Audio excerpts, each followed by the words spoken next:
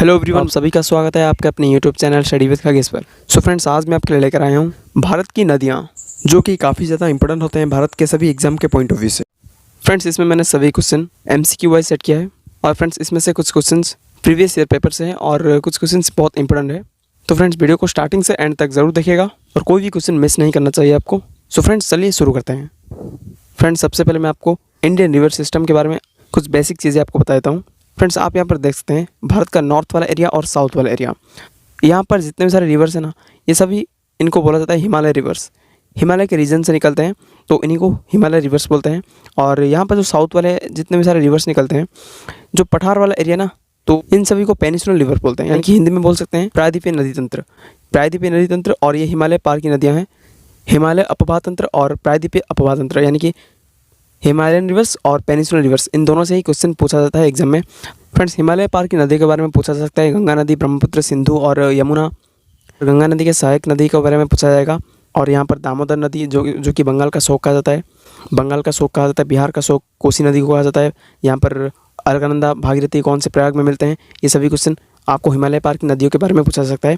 और यहाँ पर हम देखें तो पेनिसुलर रिवर यानी कि प्रायद्वीपीय अपवाह तंत्र, तो इसके बारे में आपको पूछा जा सकता है महानदी के बारे में, गोदावरी, नर्मदा और कृष्णा, कावेरी, नर्मदा, ताप्ती, इन सभी नदियों के बारे में यहाँ पर पूछा जाएगा।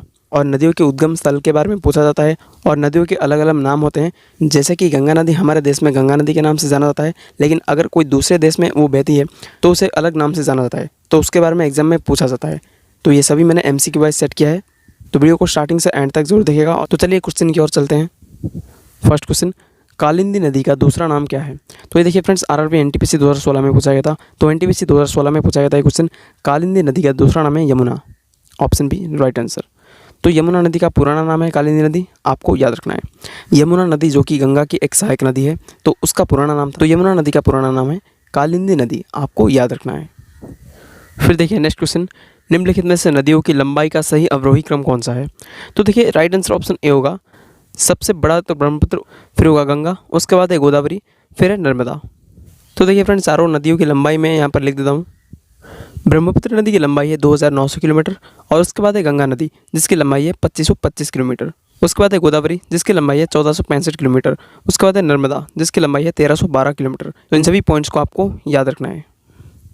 नेक्स्ट क्वेश्चन, निम्नलिखित में से हिमालय पार की नदियाँ कौन सी हैं?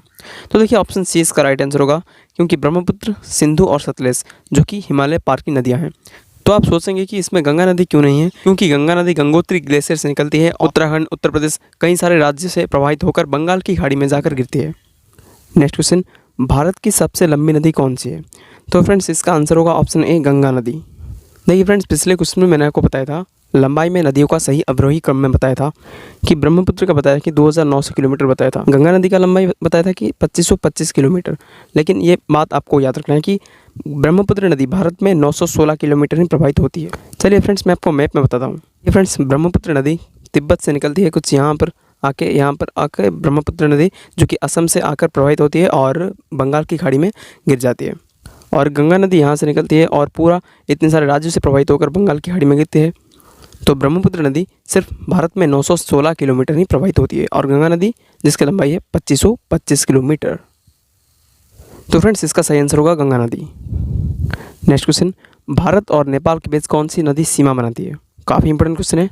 तो आंसर होगा ऑप्शन डी काली नदी। भारत और नेपाल के बीच काली नदी सीमा बनाती है और एग्जाम में पूछा गया क्वेश्चन है।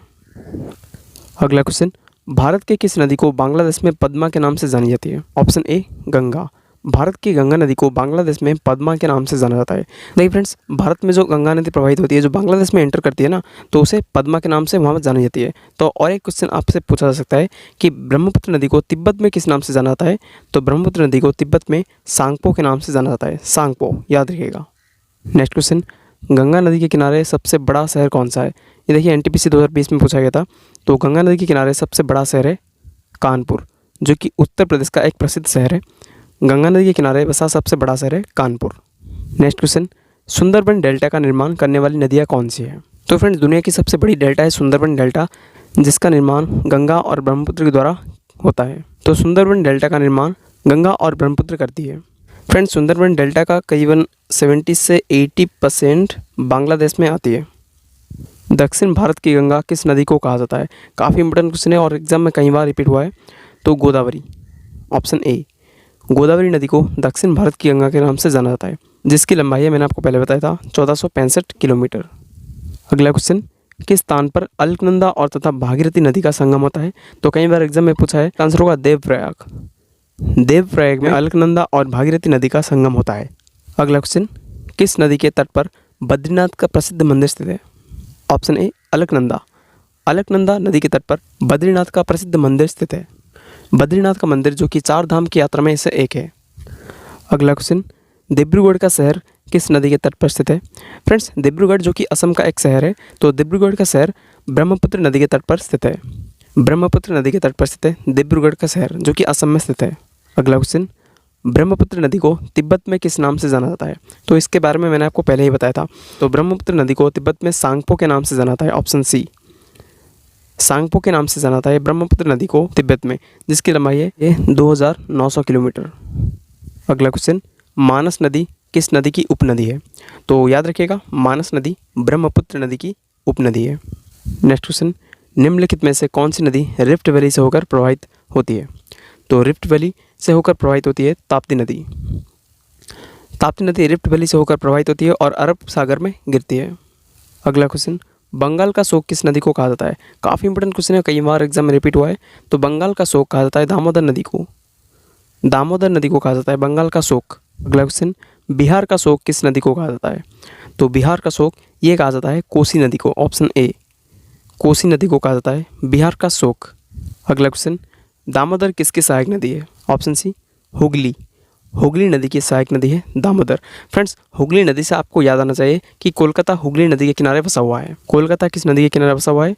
तो हुगली नदी के किनारे बसा हुआ है कोलकाता, जो कि पश्चिम बंगाल की राजधानी है। अगला क्वेश्चन, किस नदी को जैविक मरुस्थल कहा जाता है? तो राइट आंसर होगा ऑप्शन डी, दामोदर नदी को। दामोदर नदी को जैविक मरुस्थल कहा जाता है, जिसे कि बंगाल का शोक कहा जाता है दामोदर नदी को, उसी को ही जैविक मरुस्थल कहा जाता है। अगला क्वेश्चन, निम्नलिखित में से कौन सी नदी बंगाल की खाड़ी में गिरती है? तो आंसर होगा option D, both A and B.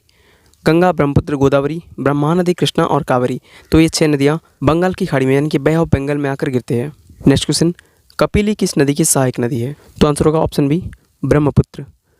Kapili जो कि ब्रह्मपुत्र नदी की सहायक नदी है। नेक्स्ट क्वेश्चन, कावेरी नदी कहाँ गिरती है? कावेरी नदी ये गिरती है बंगाल की खाड़ी में यानी कि बे ऑफ बंगाल में। बे ऑफ बंगाल में गिरती है कावेरी नदी। अगला क्वेश्चन, किस नदी में विश्व का सबसे बड़ा नदी द्वीप जिसका नाम है माजुली स्थित है? तो विश्व का सबसे बड़ा नदी द्वीप माजुली स्थित है ब्रह्मपुत्र नदी पर। ब्रह्मपुत्र नदी पर स्थित है विश्व का सबसे बड़ा नदी द्वीप माजुली। फ्रेंड्स, ये क्वेश्चन काफ़ी बार एग्जाम में पूछा गया है और मैं आपको माजुली आइलैंड का इमेज भी शो कर रहा हूँ, देख सकते हैं आप। देखिए माजुली आइलैंड कितना सुंदर दिखता है ना। ये आइलैंड काफ़ी खूबसूरत है। इसे ही कहा जाता है विश्व का सबसे बड़ा नदी द्वीप जिसका नाम है माजुली द्वीप, जो कि ब्रह्मपुत्र नदी पर है। और इस सेशन को यहीं पर समाप्त करता हूँ और आशा करता हूँ कि ये सेशन आपको बहुत अच्छा लगा होगा। वीडियो अगर आपको पसंद आ रहा है तो लाइक कीजिए, शेयर कीजिए और मेरे चैनल को ज़रूर सब्सक्राइब कीजिएगा और कमेंट सेक्शन में ज़रूर बताइएगा अगला वीडियो आपको किस टॉपिक पर चाहिए। तब तक के लिए मिलते हैं नेक्स्ट वीडियो में।